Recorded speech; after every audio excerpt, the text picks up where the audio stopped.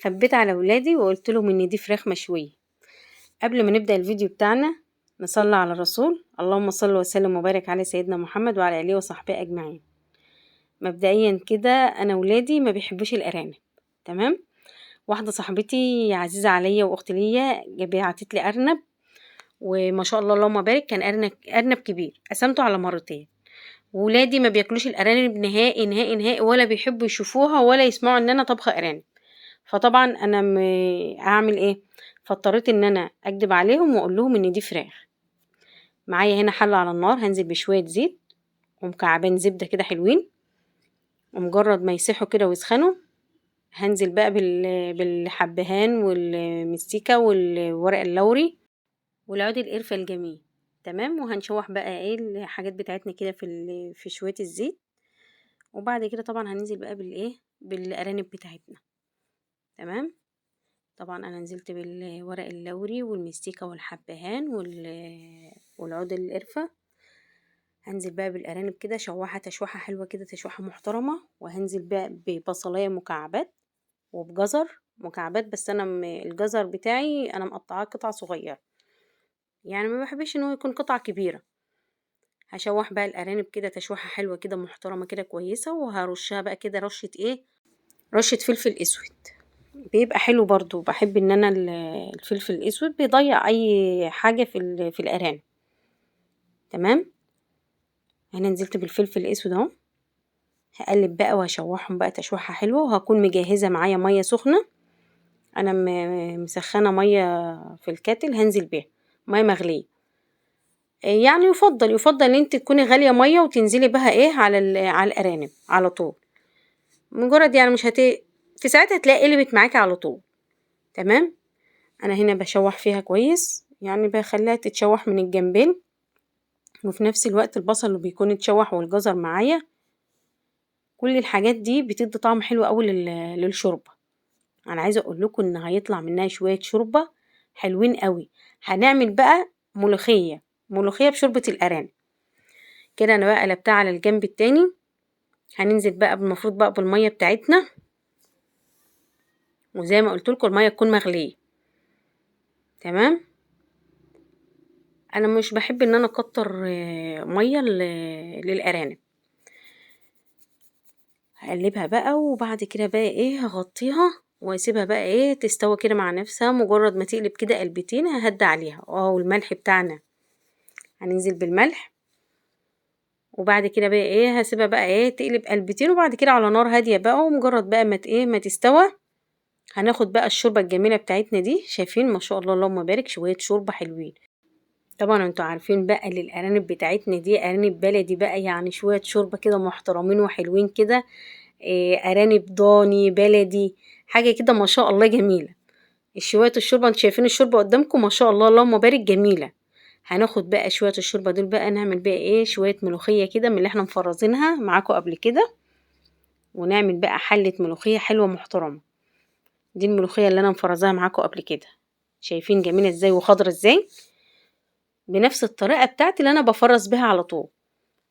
هجيب بقى طبعا حله وهجيب مصفى، وهاخد الشوربه بتاعتي.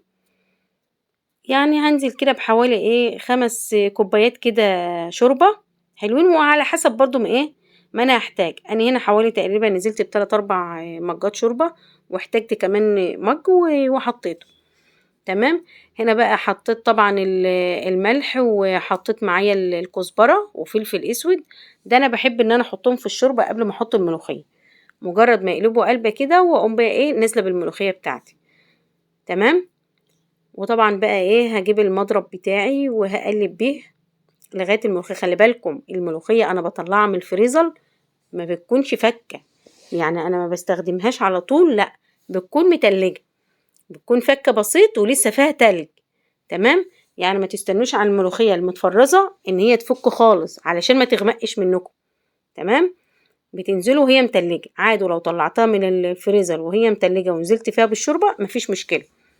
طبعا قعدت اقلبها لغايه ما تفك، هسيبها بقى على جنب. وهنعمل بقى الطشه الجميله بتاعتنا، شويه زيت كده ومعلقه زبده حلوه. وهكون بقى بشر شويه فصوص توم كده حلوين، يعني حوالي 5 فصوص توم كبار كده، ولو صغيرين مفيش مشكلة، ممكن يكونوا 7-8 فصول. والزيت بتاعي مجرد ما يسخن هنزل بقى طبعا بالثوم هشوحه، وبعد كده هنزل عليه بمعلقة الكزبرة، يعني مجرد ما يبدأ يديني اللون الذهبي كده هقوم انزل على طول بالكزبرة الناشفة. تمام. وهنطش بقى الملوخية بتاعتنا بقى، البتاع الدقة بتاعتنا كده على الملوخية بقى، حاجة كده ما شاء الله اللهم بارك. عايزة اقول لكم انتوا دايما بتنسوا اللايك معايا، مش عارفة ليه. عايزة اللايك وعايزة الكومنت الحلو بتاعكم وتصلوا على النبي عليه افضل الصلاة والسلام. طبعا انا نزلت هنا بالكزبرة وشوحتها، هنزل بقى هطش بقى طبعا في الملوخية، وهنشها بقى الشهقة بتاعتنا الجميلة كده. وخلاص كده انا طشيتها بقى اهوتي خلاص. هبدأ بقى ان انا احمر بقى معاكم الارانب. هعمل بقى حتة خلطة كده للارانب ما شاء الله جميلة، بتخلي الارانب اكنها مشوية بالظبط، طعم ما شاء الله جميل واكنها مشوية. تمام. هجيب بقى طبعا معايا معلقتين صلصة، وهنزل فيهم بمعلقة زيت، وهنزل فيهم بمعلقة خل، وبعصرة ليمونة، ومعلقة فلفل اسود، ورشة ملح، وهقلبهم كويس.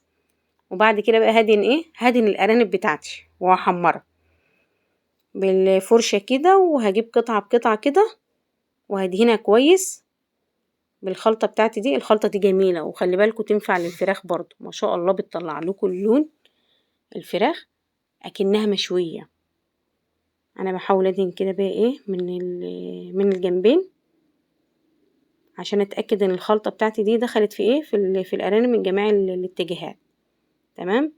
والله العظيم عايزه اقول لكم والله ولادي ما عرفوا ان هي ارانب، وعايزه اقول لكم يعني هي اتاكلت مرتين، اتطبخت مرتين بنفس الطريقه، وما عرفوهاش خالص ان هي ارانب، لان انا عملتها بطريقه جميله وعملت لها الخلطه دي اكنها فراخ. واول مره قالوا لي يا ماما طعم الفراخ دي جميل قوي. هنا بقى هجيب بقى طاسه على النار، وهنزل بشويه زيت بقى، وهنحمر بقى الارانب بتاعتنا. وخلي بالكم الخلطة دي بتحمر لي الارانب بسرعة، يعني لازم ايديكم تبقى فيها على طول عشان ما تتلهفش منكم. تمام. هحمرها بقى كده من الجنبين، وهطلعها على مناديل مطبخ، وهتبقى جاهزة معانا بقى. وعايزة اقول لكم لو جربتوا الطريقة دي هتدعولي، والله العظيم لو جربتوا طريقة الارانب كده زي ما انا عاملاها بالظبط هتدعولي.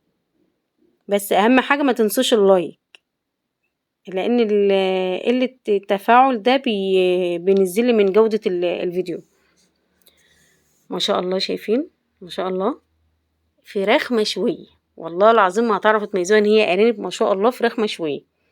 هتجربوها بالطريقة بتاعتي دي وهتدعولي.